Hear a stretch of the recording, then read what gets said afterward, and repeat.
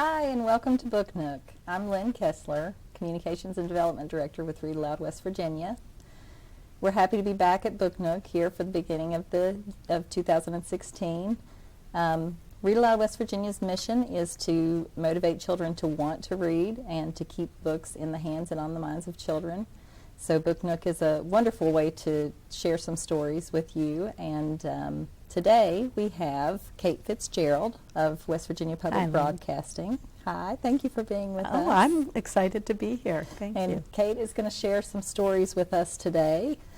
But first, tell us a little bit about what you do at West Virginia Public Broadcasting. Okay. I am the Education Director at West Virginia Public Broadcasting, and most people probably know it as this is PBS, all the shows that PBS Kids provides, all that have a strong literacy component, whether it's in math, reading, social emotional well-being, so that's the groundedness of the programming there. But the other piece of it, and it's a wonderful sort of marriage of with Read Aloud, and that is sort of encouraging those literacy skills, and what better way than reading books and that sort of thing. And as an education director, I get to go around the state bringing the resources of West Virginia Public Broadcasting to community groups and teachers and things like that, all of whom are trying to encourage young people to learn to read and do math and all those other great things. Well, that's wonderful. I know we love West Virginia Public Broadcasting and appreciate all that the organization does and appreciate what you do to get those resources out to the communities in West Virginia. So you obviously have an interest in education and literacy and all of these things. Tell me a little bit about growing up, what led you to your interest in reading and books. Oh, I am a reader since I can't remember not reading. Always enjoyed in the library, going to the library and getting books out. I remember this was back in the days before computers, and you had to be able to write your name to get your library card, and the pride that you had with that. But then taking part in summer reading programs and going through a series of books and just always reading. I also will have a little confession. I would sometimes be hiding from chores because I was reading, and my mom would call and I'd be hiding, so it was like, maybe she won't keep calling, but I wouldn't have my nose in a book, so all the time. Yeah, well, that's a good way to hide from chores. Maybe we should start encouraging that for children. It's also a good way to hide from chores. But I'm reading, Mom. And actually, right. I think at one point I was fussing at my daughter when she was younger about doing some chores, and she said, "You're the only mother I know who yells at us to stop reading," because I luckily have two readers as well. Yes, my daughter has figured that out as well. She will say, "I can't go to sleep. Is it okay if I just read a little bit?" Yes, of course it is. So you passed your love of reading on to your children. Yes. Did you have any favorites that you read with them when they were little? When we were real little, when they were very little, and that's the other thing. We started reading early on, whether it's identifying pictures of things and having them repeat words and that sort of thing. I remember my son knew Goodnight Moon by heart probably when he was about 15 or 16 months. I mean, it was sort of like you'd try and, cheat a page, and he would have none of that. Yes, he caught you. So those were some early sort of standard favorites. And then we also did, I can remember, read aloud well into chapter books. We were talking earlier about the Redwall series by Brian Jakes, which was probably one of the first big chapter series that we were reading.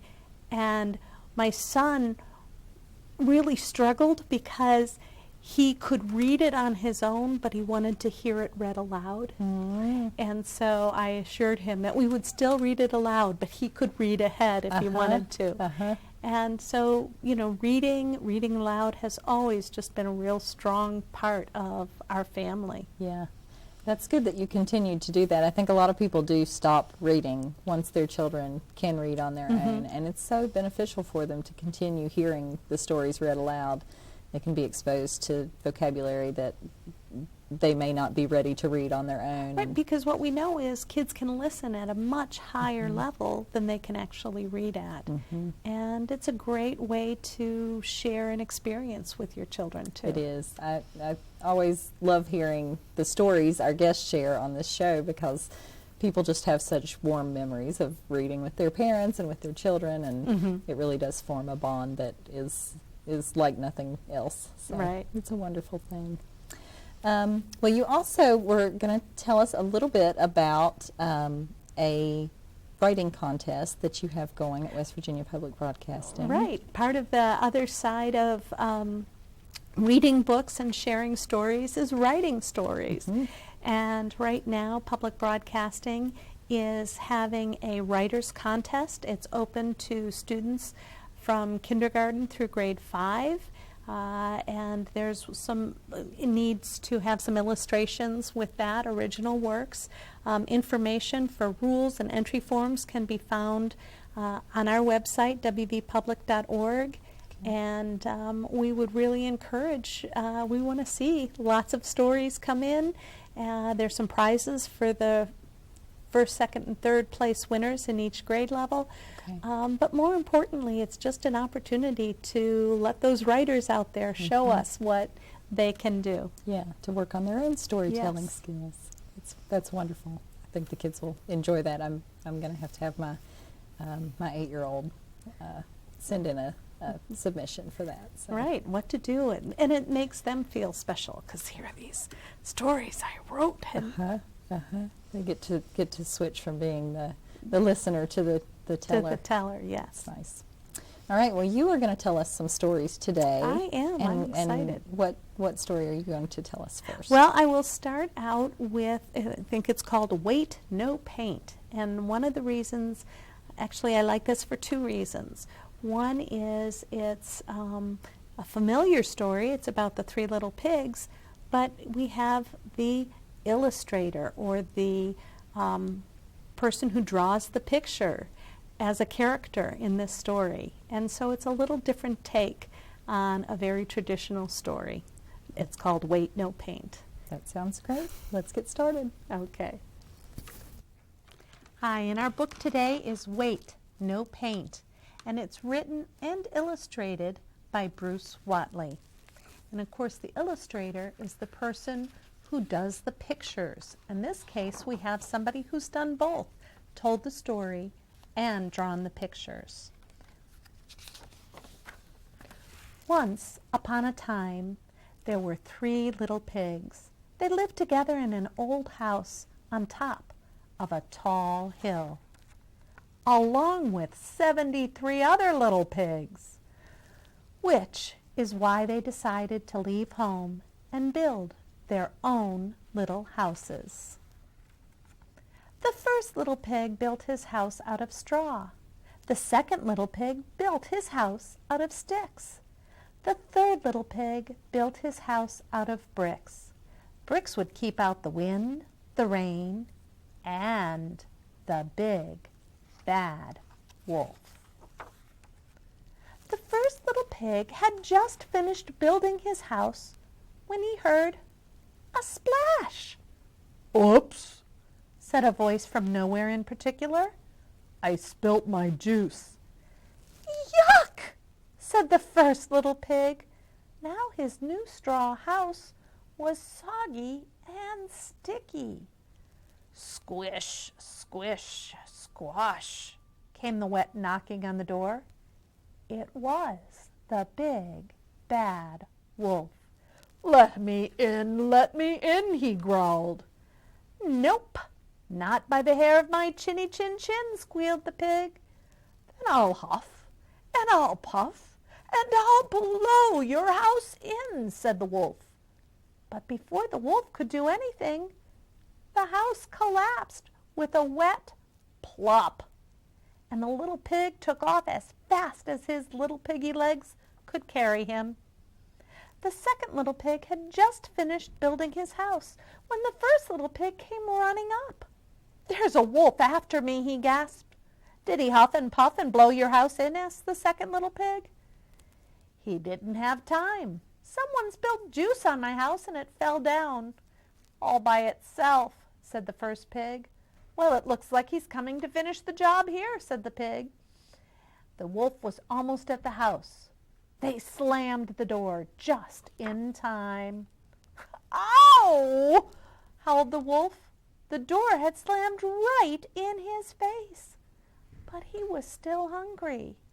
"Let me in, he began as he clutched his nose, "or I'll huff and I'll puff and—" "Wait, I've got to redo the nose," interrupted a voice from nowhere in particular. And we can see that right now the wolf's nose is changing.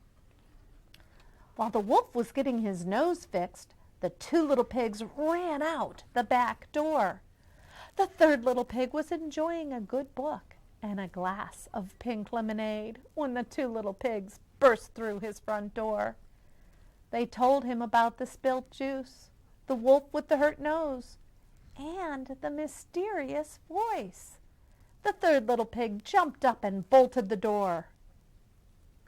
"I know who the voice is," he said, turning white as a ghost.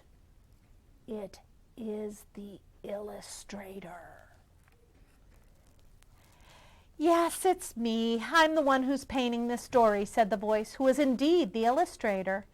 "And I'm sorry to tell you, but I just ran out of red paint. Without it, I can't make you pink. That's why you've all turned pale."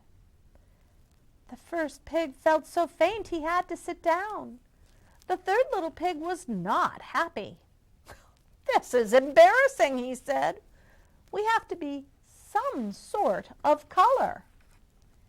Suddenly, the three little pigs felt queasy, like they were riding a boat on a stormy sea.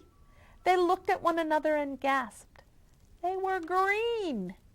Green all over. Can you imagine a green pig? "Green? You made us green," cried the third little pig. "You don't like it?" said the illustrator. The three little pigs shook their green heads. "Well, I'll try to think of something else. But be careful," the illustrator continued. "The wolf is coming." The wolf was, in fact, right at the door. "Let me in! Let me in!" he howled. All this running around was making him hungry. He didn't care what color the pigs were, as long as he could gobble them up. "Not by the green hair of our green chinny chin chins," said the pigs. "Well, I'll huff, and I'll puff, and I'll—" "How's this?" interrupted the illustrator. The wolf peeked through the window and howled with laughter. The illustrator had made the third little pig patterned. "This is not funny," said the third little pig to the illustrator. "Now I'm blending into the furniture. You see," he said when the first pig sat on him, "I'm starting to feel like a real clown." Uh-oh! Suddenly the third little pig looked like a real clown. "Uh-oh," said the first little pig. "I think the illustrator misunderstood you." The second little pig explained to the illustrator that the third little pig said he felt like a clown, not that he wanted to look like one.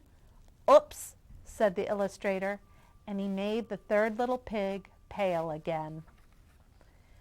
On the other side of the door, the wolf was still hungry, so he huffed and he puffed some more, but he just couldn't blow the house in. So he decided to climb down the chimney instead. The 3 little pigs heard the wolf on the roof.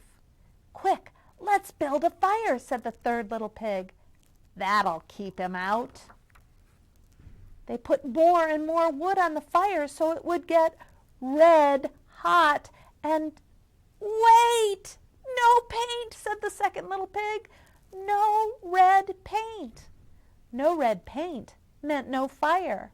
No fire meant the wolf would come down the chimney and gobble them up. "Look," shouted the 3rd little pig to the illustrator. "Because you ran out of red paint, the wolf is about to eat us up. Do something quick. We don't want to be in this story anymore." Once upon a time, there were 3 bears, Mama Bear, Papa Bear, and little baby bear. And look who the wolf was. And that's the story of Wait, No Paint. And it tells us how important an illustrator is in the story.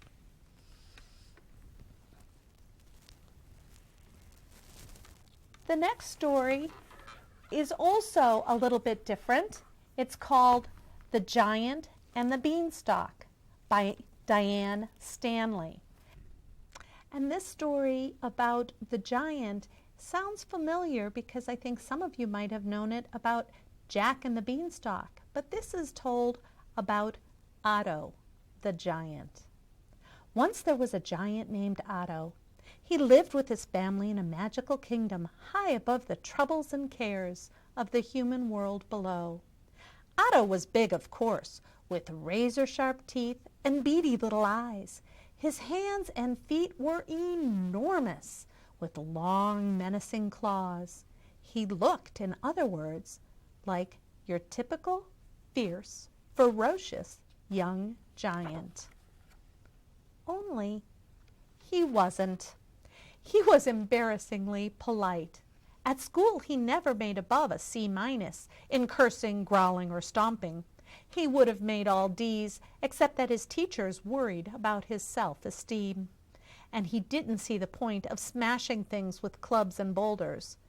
Then, as if all that weren't bad enough, there was the matter of Otto's pet. His parents, who thought every young giant should have something to love and care for, offered to buy him whichever pet he wanted. They hoped he would choose something fierce, a werewolf or a baby dragon. Not Otto. He came home with a hen. All right, it was a splendid hen that could lay golden eggs, but still, the other giants couldn't stop laughing. Otto didn't care.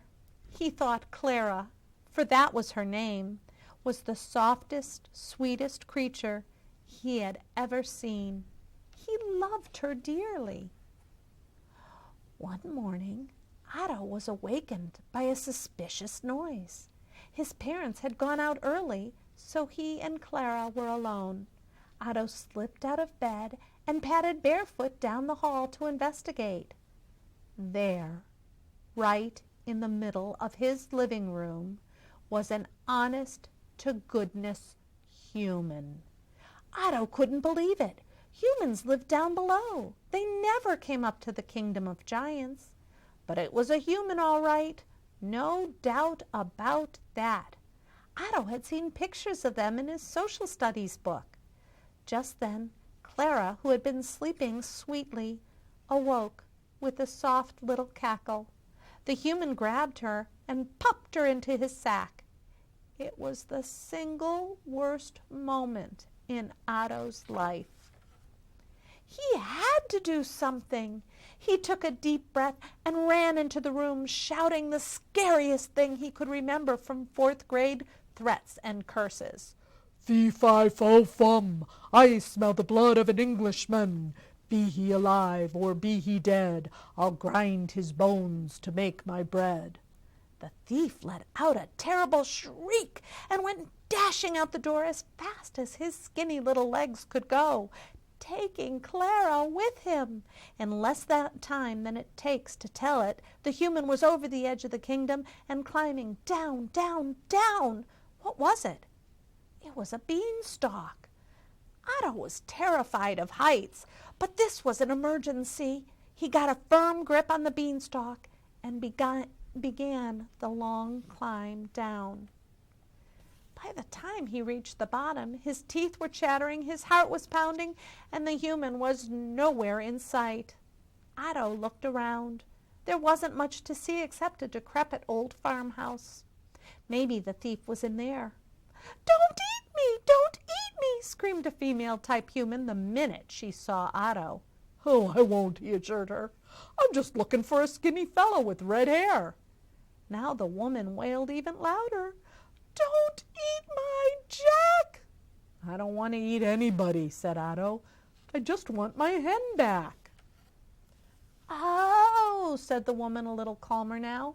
"That was yours? The magical hen that lay golden eggs? I'm afraid my boy has gone off to sell her. She's worth a fortune." "Oh, no!" cried Otto. "I'm so sorry," she said. "It's just that he wanted to get the money to buy back our old cow, Milky White. A worthless creature, really, but my Jack loves her like anything. He used to sing to her while he did the milking. Imagine! And she'd join in the chorus, 'Moo, moo, moo.' Well, when she stopped giving milk, we had to sell her, and Jack wasn't the same after that. He's not a thief, really. He just did it for the love of his cow." "I believe you," said Otto, "and you can keep the golden egg, but I have to get my hen back." "Of course you do," said the woman. "You shouldn't have any trouble finding my boy. Just ask for Jack." Now we're going to see just how many Jacks there are. And these are Jacks that you might also have heard of from nursery rhymes. So see if you can think of the nursery rhyme that talks about this particular Jack. Like all male giants, Otto hated asking directions. It was so embarrassing, but what else could he do? Naturally, he ran into problems with the very first person he met. Before Otto could utter a word, the fellow ran for his life and scurried up a nearby tree. This put him right at eye level for a giant, but nobody said humans were smart. Otto asked where he might find Jack. The fellow pointed a trembling finger. "That house there," he said. Otto thanked the man politely, then hurried over and knocked on the door. It was opened by a human with curly black hair. This wasn't Jack. One look at Otto and the man turned and fled, leaping nimbly over a table as he went, over the candlestick that was on it, and quick as a flash, escaping through an open window. It was beginning to dawn on Otto that scaring humans was kind of exciting, but it made his search a whole lot harder. So he stopped in a meadow and wove a flower crown, and he pulled out his pocket knife and trimmed his claws. Sure enough, the next person Otto met looked a little wary, but didn't run away. "Yes, I know Jack," the man said. "That's him up on the hill with his sister." Otto squinted suspiciously at the two figures. They seemed awfully small, and neither of them had red hair. Suddenly he heard a scream, and the boy tumbled down the hill, landing with a thump at Otto's feet. "Ow!" he groaned. "My head!" Seconds later, his sister landed on top of him. "Ow!" the boy said again. Otto helped them to their feet, then headed down the road. "Wrong again," he muttered to himself. "That wasn't Jack either." But it was. It was Jack and Jill. The next Jack he was directed to was a regular beanpole of a man. Otto found him out in the backyard cooking on a charcoal grill. "Sprats the name," he said. "How can I help you?" "I'm afraid you can't," said Otto with a sigh. "I'm looking for a red-headed fellow named Jack, and nobody seems to know where he is." Mr. Sprat turned to his plump and rosy wife. "Dearest, isn't there a red-headed Jack just down the way?" "Indeed there is," she agreed, smiling sweetly up at Otto. "Not far at all. But can't we give you something to nibble on? A nice steak and butter sandwich, perhaps? Or some lovely grilled celery?" called the man as Otto hurried away. Finally, in a little house about a half-mile from the Sprats, Otto found a human with red hair. But of course it wasn't the right Jack, was it? Just a little boy with gobbling down an entire Christmas pie without benefit of fork, spoon, napkin, or plate. It was a terrible mess. "Keeps him out of trouble," said the boy's mother. Then she smiled and started to close the door. "Wait!" cried Otto. "Please help me. I've been looking and looking for a human named Jack. He has red hair and he stole my hen and plans to sell her so he can buy back his old cow." "Why didn't you say so before?" said the woman. "Go to the market town. That's where people buy and sell things. You're sure to find him there." Otto had reached the outskirts of town when he heard a voice calling, "Jack!" "Finally," he thought. But all he saw was a young lady, all forlorn, clutching a pail and frowning at an old cow with a crumpled horn. "Be right there," came a voice from the far side of the house. There was a rip and a thump, and after a minute a young fellow appeared. His clothes were all tattered and torn, and he was limping. "Fell off the ladder," he explained. "Caught on a nail." Naturally, it wasn't Jack. "Just look at this cow you bought," cried the lady. "She won't give milk, not a drop." "Aha," thought Otto. "It's the wrong human, but the right cow." So Otto bought the cow and picked her up and went to town, which is where Otto found Jack. The real Jack, red-headed Jack. He had a hen in his lap. Jack hadn't had the heart to sell Clara after all. "Moo!" lowed Milky White the minute she saw Jack. "Cluck, cluck, cluck!" cackled Clara as soon as she saw Otto. Jack looked up in surprise. "Want to trade?" Otto said. So they did. Once Otto and Clara were safely back in the kingdom of the giants, Jack cut down the beanstalk. He collected enough beans from it to make soup every day for the rest of his life.